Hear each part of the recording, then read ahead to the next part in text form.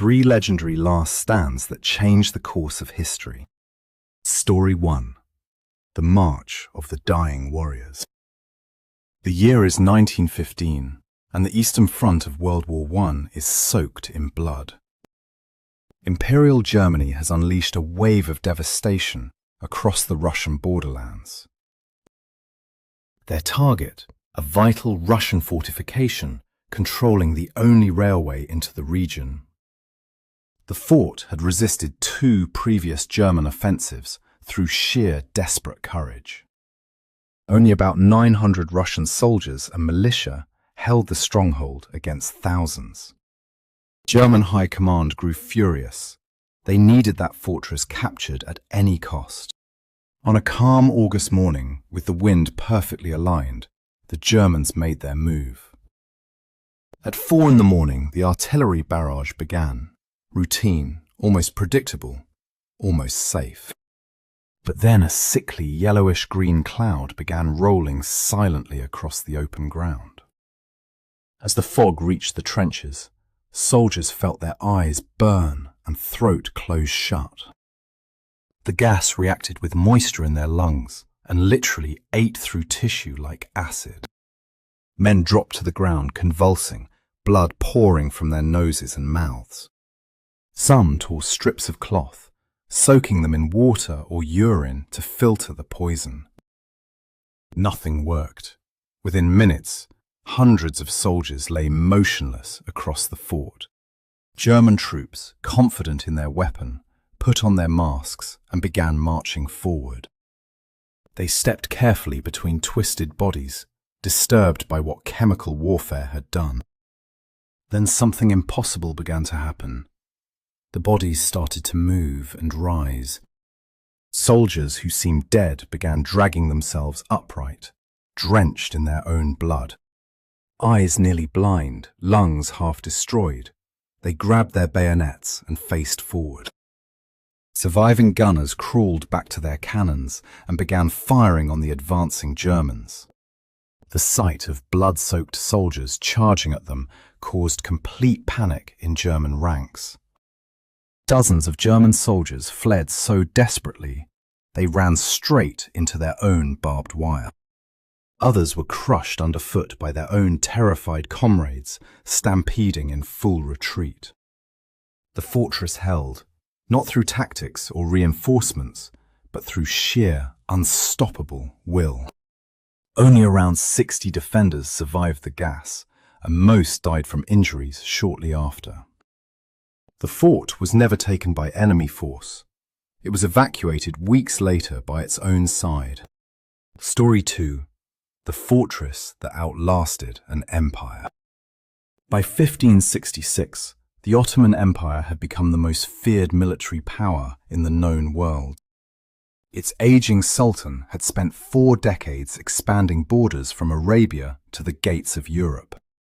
Now in his final years, he assembled 300,000 men for one last great campaign. His destination was Vienna, the Habsburg capital and the last barrier protecting Christian Europe. But on the road north, a small island fortress dared to block the path of history itself. Its commander was a Croatian nobleman who had spent his entire life fighting the Ottomans. He had helped defend Vienna before, and now fate placed him directly in the Sultan's path.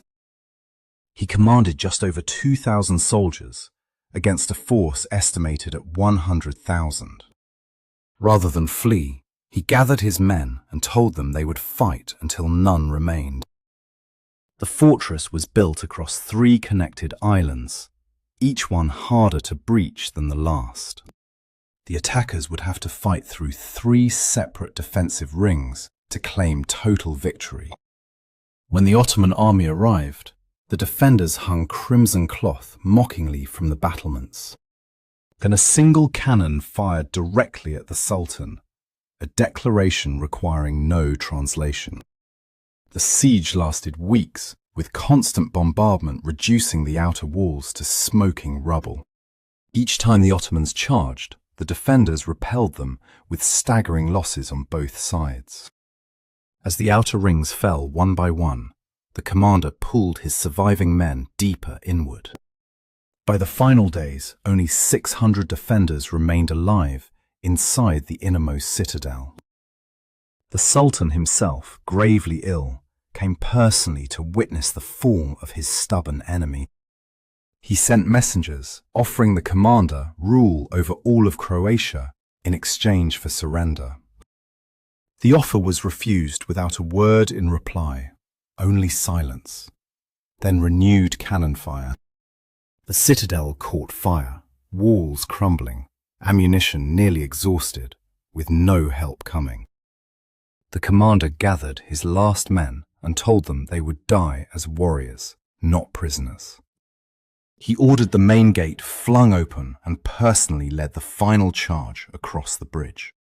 He fell within seconds, shot twice, but his men surged past him, screaming their battle cries. Inside the burning citadel, a single wounded soldier remained behind, holding a lit torch. When Ottoman soldiers rushed the gate, he ignited the remaining gunpowder supply beneath them. The explosion killed 3,000 more, turning a rooting victory into catastrophic Ottoman losses. The Sultan died in his tent the night before the final assault, never knowing his cost. His successors never reached Vienna. This small fortress effectively ended an empire's expansion. Story 3. 21 against 10,000. In the rugged northwest frontier of colonial India, tension had reached a breaking point. British-aligned Sikh soldiers had been stationed to man a chain of communication outposts nearby. 2 major forts depended on a tiny signal station in a remote village to exchange messages. The station allowed the forts to coordinate reinforcements and warn each other of incoming attacks. Local Afghan tribal fighters recognized this and decided the signal post was the weakest link. On the morning of September 12, 1897, a lookout spotted the approaching horde. The lone signalman quickly tapped out a distress call to the nearest fort requesting reinforcements. The reply came back fast and merciless. No soldiers were available. None could be spared. Scouts estimated the incoming tribal force at somewhere between 8,000 and 10,000 fighters. The outpost commander called his 20 men together and laid out the situation with brutal honesty. They would almost certainly all die here, but they might save thousands of others in the forts. Every man accepted his fate without protest, and each took his position along the walls.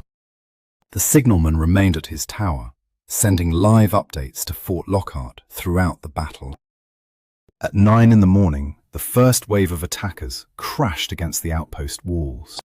The Sikh soldiers were crack marksmen, and the first assault was repelled with heavy tribal losses. Wave after wave came, each time the defenders held, each time losing another irreplaceable man. When bribery failed to persuade them to surrender, the attackers set the surrounding brush ablaze. Thick black smoke poured over the walls, blinding the defenders and masking enemy movements. Under cover of the smoke, tribesmen reached the unguarded signal tower on the far side. The walls were breached in 2 places simultaneously. The defenders were being swallowed alive. The commander stood firm at the breach, buying seconds for his remaining men to fall back. He died fighting alone in the gap, holding off dozens long enough to save the last survivors.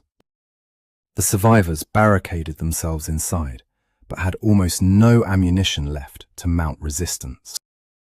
One by one, the final defenders were overwhelmed, until only the signalman remained standing. He sent his last message to Fort Lockhart, asking simply for permission to take up his rifle. The fort commander closed his eyes and tapped back a single word that meant permission granted. The signalman packed his equipment neatly, fixed his bayonet, and opened the tower window calmly. He personally killed over 40 attackers before the tribesmen set the wooden tower on fire. He burned alive inside, still shouting the ancient Sikh warrior's prayer into the smoke-filled air. The battle lasted 6 hours. When it ended, the 21 defenders had killed 600 fighters.